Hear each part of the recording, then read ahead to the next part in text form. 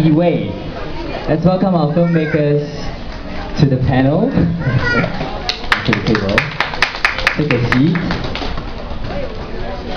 Okay, we also have Junfeng's film here today, Sandcastle. So if you're interested, you can pick up a copy of the DVD. And yeah, do you want to just say hi and do a self-introduction? Let's start with Yee Wei lah. Yee Wei just had 2 films previously, right? The first one was Blood Ties and then Twisted, and I heard that there's a new film coming out this year. Yes.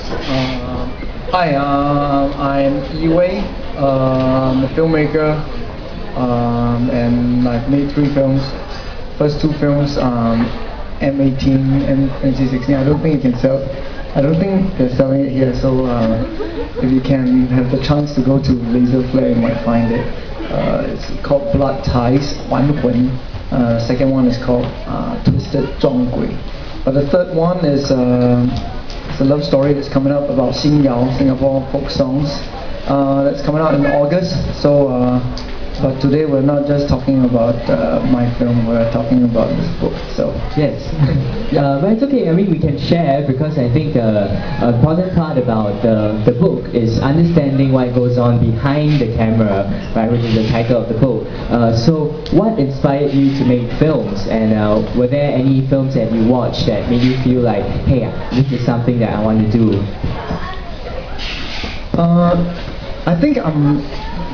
I think you can call me a filmmaker by chance. I think I didn't aspire to be a filmmaker like since young or something like that. I do enjoy films. I like most Singaporeans, I go with the safe route, which is to go to school. I'm a business major. I'm not a film major. So I went to JC, studying accounting as well. Then I went to university. I went to the business school in Michigan. And but I've never thought that I would pursue a career in filmmaking. And actually, but by the side, I've always loved performing arts and stuff like that. But I just never thought that it would actually lead to anywhere. But I could see a little like signs leading up to this career path, but it was totally unplanned. Yeah. What about for Junfeng? Were there signs that led up to you taking film in school? Yeah, quite different from Yee Wei actually. I wanted to be a filmmaker since I was really young. And when I was 15, I fell in love with cinema, and I wanted to go to film school. And it was, I mean, my parents had to take a leap of faith basically to allow me to do that. And it just so happened that at that time my grades weren't very good anyway, so not going to JC wasn't such a big deal. But then when I found out that there was a film school in Singapore, I worked towards that, and suddenly things changed. I suddenly became so much more motivated in my studies, and from there I became a filmmaker anyway. Any particular Singaporean film or Asian film or film director that inspired you throughout the process of filmmaking? Well, when I was really young, when I was 15, all I was exposed to were Hollywood films, films that I could see in the theatres there. But then, when I went to film school and I started to be exposed to cinemas from around the world, it just opened my eyes to all forms of cinema and filmmaking. It was until 2005 when I went to the Asian Film Academy in Busan, and then at that time, Oh Xiao-hsien was the dean of the program, and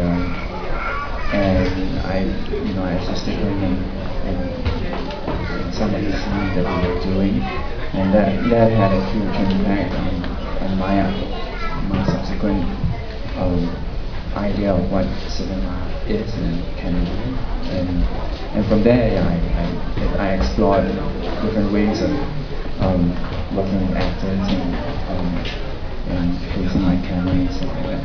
Okay, so you would say that Ho Xiaoxian was one of the bigger influences? Yeah, at that time. I think right now, how big Taiwanese cinema is. A lot of young Taiwanese filmmakers do credit him for doing, Ho Lao Shi, picture and everything. What about Yee Wei? Any particular Singaporean film or Asian film or film director that inspired you? I think I'm more like a fanboy of sorts. So I actually was very influenced by genre films when I was growing up. One of the earliest films I've watched was actually The Evil Dead. That was banned, but that was really just thanks to Johor Bahru. They had a lot of most of my influences and influences came from films that were smuggled out from Malaysia. The Holiday Inn. And I think maybe because back when I started, there wasn't film school to really aspire to go to, and even if I wanted to, there wasn't. FSB wasn't around back then. So I think I'm very lucky that I'm given a chance to make films, and I think so far, like if you talk about influences, Sam Raimi, Sidney Lumet, who made some of my favorite films. I think he died last year or something. He did films like Dog Day Afternoon, 12 Angry Men, films like that. Okay, so you were saying you studied business and you actually went to other industries before you decided to do film. So how has your past experience helped you in, do you think it's helped you or given you a new perspective of filmmaking? I think it helped me better relate to producers maybe, and being able to talk their kind of speak.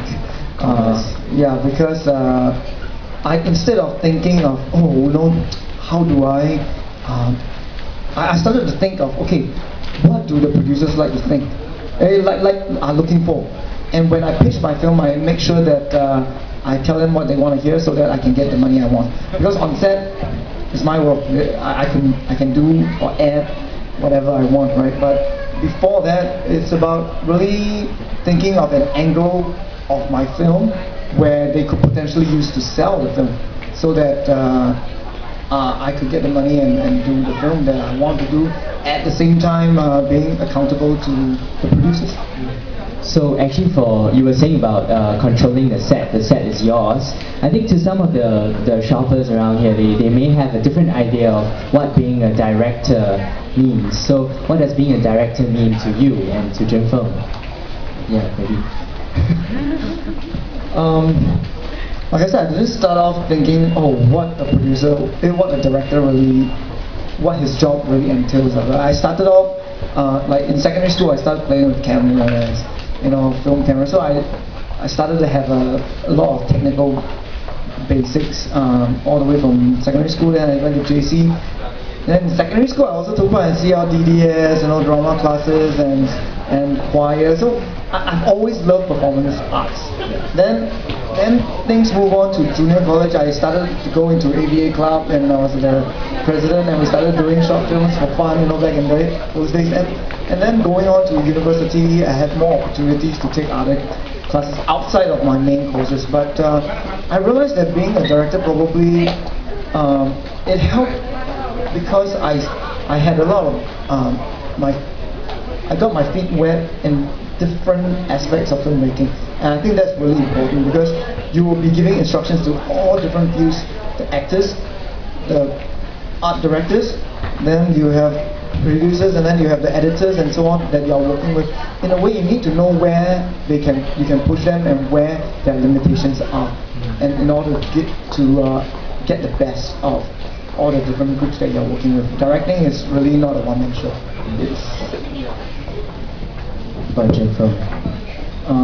Well, when I first fell in love with filmmaking and cinema, I didn't think that I would want to be a director. I didn't think that was necessarily what I wanted to do.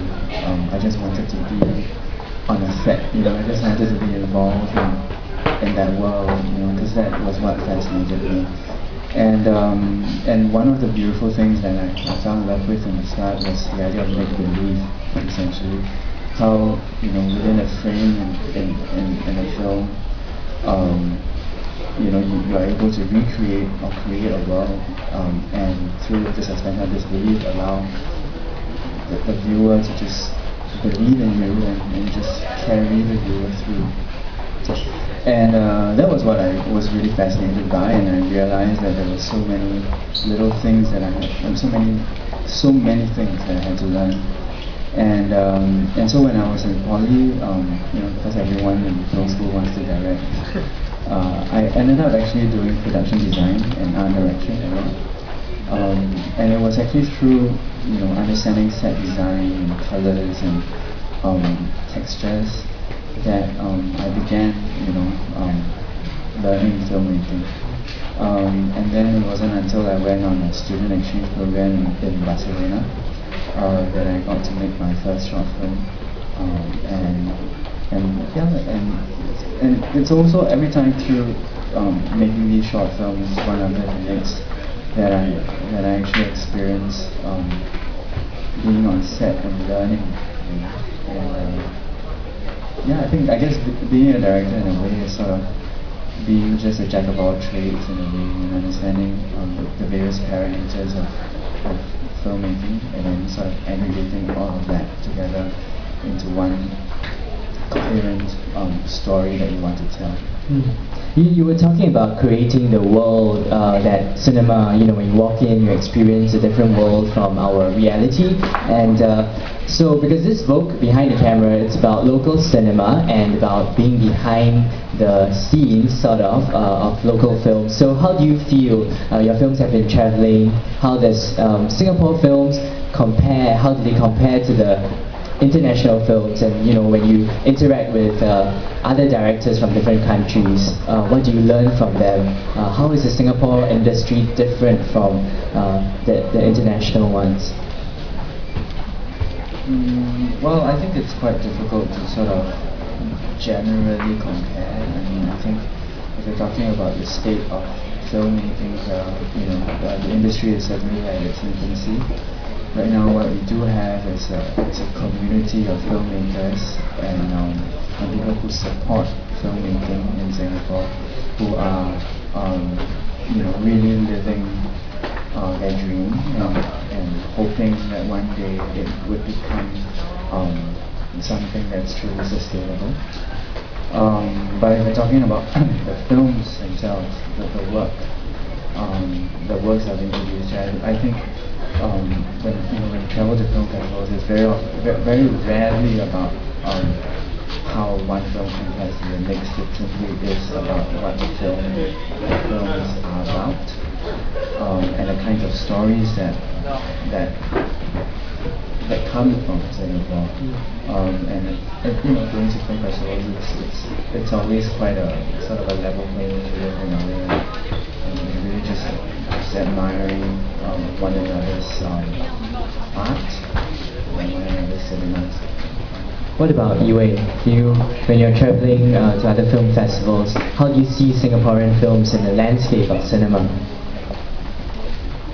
I think Singapore films are still finding its sort of its identity. Unlike, let's say, you look at Korean films, and immediately you can identify Korean film has a certain texture, a certain style, and Hong Kong films as well, and then Japanese films.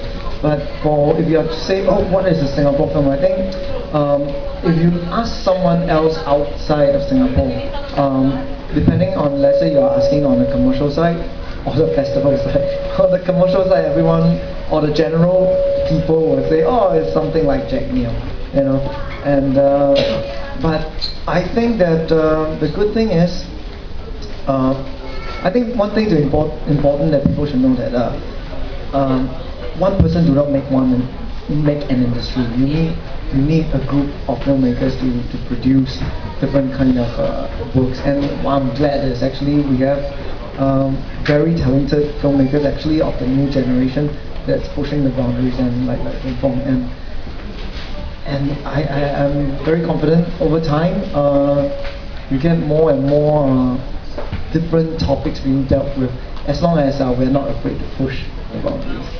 Yee Wei, you were saying that you made short films in JC, in the AVA club.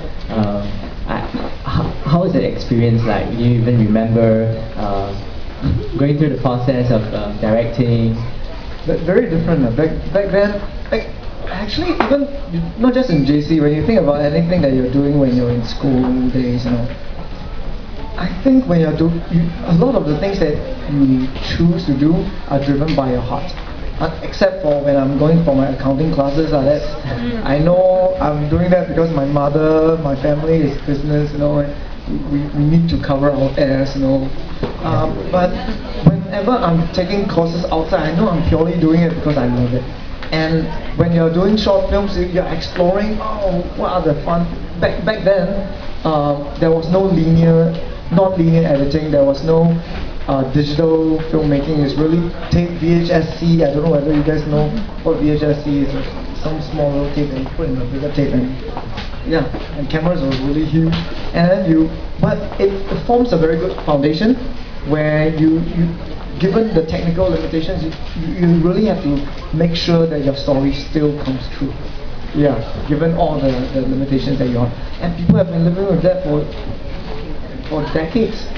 What's to say that you can't overcome that? What about for Junfeng, making a first film, short film or feature film? What's the difficult thing about it? What's the most memorable thing about it? Well, I think for me it's just the very basic thing about being able to tell a story that's coherent and a story that moves people, that people want to see. With each film I try to achieve that. For Sandcastle, the kind of constraints that come with making a film from here is that, well, first and foremost, the kinds of budgets that we have are really tiny. So to be able to make a full-length feature film in 18 days or less, that on its own is a challenge. But I think the logistical things aside, it is really about being able to kind of pull everything together and just tell something that is coherent. So what advice do you have to young people out there who might want to get into filmmaking or might want to tell a story through film? Advice. Or anything that you can say to them. Well, I think the thing about filmmaking is that there are a lot of distractions, and there are a lot of distractions to why one person they will distract you perhaps to why you originally wanted to become a filmmaker, and I constantly remind myself that I have yet to make something that I really want to make, and I'm working towards that. And the kinds of distractions that come with money, or perceived money, or obviously fame or attention and all that. Sometimes it's just important to just take a step back and realize at the core why is it that we want to do what we do. And keep doing it. So the purpose is very important. What you want to achieve through filmmaking. How about Yee Wei? If someone comes up to you and tell you, "Hey, I want to make films," you got any advice for me? Practice makes perfect. And to learn all parts, I think filmmaking is a very organic kind of a process. I think even though I've done 3 feature films, every film has something new to learn. There's always a process where, for me, whenever I'm entering a new project, it feels like something brand new altogether again. And working with new people, and really I think maybe to learn all parts and to keep practicing, because you only get better. Okay, before we get on to the autograph session, actually I just want to let you share a bit about what's coming up next. So this year I understand that you're releasing The Girl in the Pinafore, and you've made 2 horror films. So this third one, is it a horror love story, or you know, The Girl in the Pinafore? It can sound quite scary actually also. It's a trip down memory lane, but it's definitely not a porn film. It does have some porn magazines in there. Why? Because it's all part of growing up, or at least in my my secondary school years, my primary school years. Okay, and well, back then there was no internet, right? So there's no magazines. Right? Anyway, there's a little references to all that, but it's a show to for me. It's actually a love letter to the past. A friend of mine not too long ago spoke to me about Singapore. He's no longer in Singapore. He's living in Sydney, practicing medicine, and he every year he comes back and he says something to me which really it keeps me thinking all the time, especially when I was shooting the film. He said, hey, you know what, Singapore is no longer like the one Singapore that I love and I fell in love with back when I was in secondary school. And when I look around me, and really sometimes I wonder, like, oh, you know, not to say that change is not good. I mean, you can't stop change from coming, but I think I want to recapture the feelings I had when I sing my National Day song at school every day, and going to National Day at the stadium. You know, that kind of. Sadly, I don't. The only time I actually felt that way was at a rally. Reciting the pledge. But through this film, I hope that people will remember why they fell in love with Singapore in the first place. And Sing Yao, which is something that I love, and I hope to keep reminding people that, hey, we have something that we are proud of, and it grew into something international. Maybe that is what our Singapore short films and little film industry will eventually grow to become. We will have our Sun Yanzi of our film industry in time to come. Nice. So that will be PG lah, right? Yeah. Okay. Okay. And any plans for Junfeng this year? Well, I've been writing my second feature film for nearly 2 years already, traveling to project markets and script labs around the world. And then later this year I'm also participating in the Singapore Biennale, and so that will be in October. And in the near future, next week we'll be launching the film video for this year, which I direct every year. And also there's this fashion film that I'm doing, which will premiere next week as well. So lots of little projects, and then the big one would be my movie, obviously. Okay, we look forward to them. And actually talking to Yee Wei and Junfeng, you realize that behind the camera it's not just a simple process of just telling a story or wanting to write a story. Directing is not as simple as it appears to be when you just spend 2 hours, you know, watching a film on a television screen or in a cinema. So do flip through the book, and if you like, purchase a copy. There will be an autograph session that's going to begin in a few moments. So look through the book and find out more about the Singapore local film industry. Thank you so much, Junfeng, and thank you, Yee Wei.